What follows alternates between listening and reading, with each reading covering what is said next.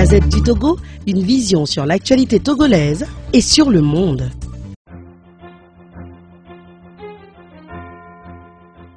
Mesdames et messieurs, fidèles auditeurs, bonjour.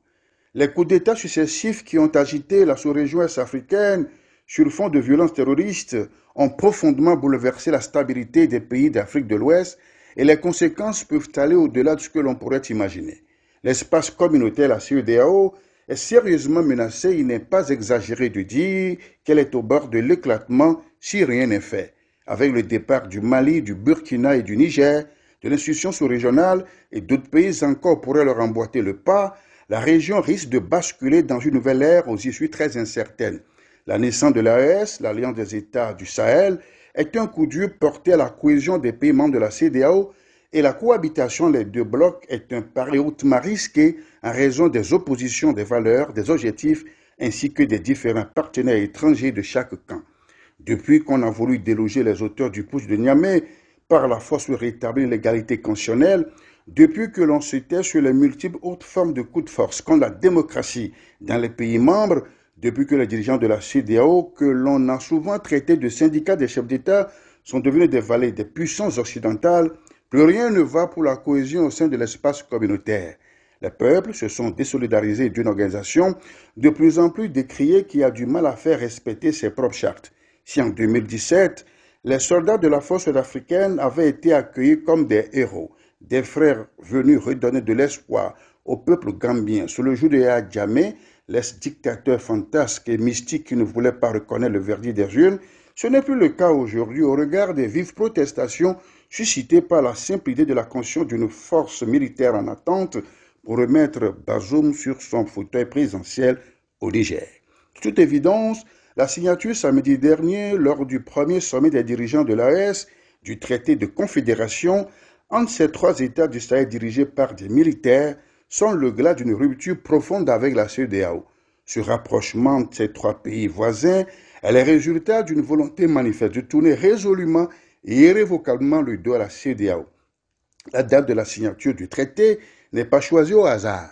Elle a lieu un jour avant le sommet des dirigeants de la CEDEAO, un véritable affront pour montrer leur détermination à aller jusqu'au bout de ce divorce déjà consommé. Qu'est-ce que les émissaires désignés peuvent-ils faire pour réussir à convaincre les dirigeants de l'AES à revenir sur leurs décisions? Après un demi-siècle d'existence, la CEDEAO perd 4 de ses membres si on y ajoute la Mauritanie sortie en 2000 pour rejoindre l'Union du Maghreb arabe. Mais cette nouvelle scission va profondément bouleverser des décennies d'intégration régionale sur plusieurs plans, sur fond d'un désengagement compliqué des flux commerciaux et de la libre circulation des biens et des personnes. Tout naturellement, d'énormes défis sont à relever pour ces pays de la nouvelle alliance qui doivent subir les conséquences de leur choix, quel que soit le scénario de sortie de l'espace communautaire. Nous osons croire que les dirigeants de l'AES ont suffisamment mûri leur choix et sauront faire face aux nombreux défis et conséquences pour le bien de la population. Toute révolution, tout changement de cap s'accompagne de grandes difficultés et les anciens maîtres, à travers leurs valets locaux, ne se laisseront pas faire.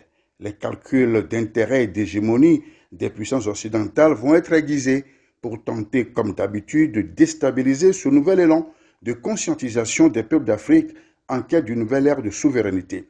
C'est pourquoi il ne faut pas trop vite crier victoire.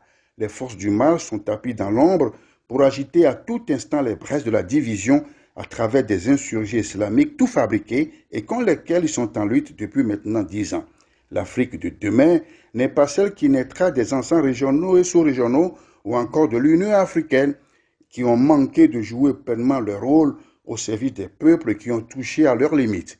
Mais c'est l'Afrique qui va être construite par la volonté des peuples, bien décidés à en découdre avec un ordre établi de façon unidimensionnelle. L'éveil des consciences est en constante progression sur le continent dans les générations présentes et futures. Et quand il parviendra très bientôt à son point d'achèvement, plus rien ne peut lui résister.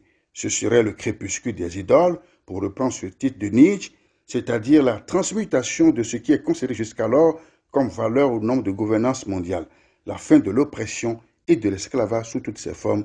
Bon dimanche.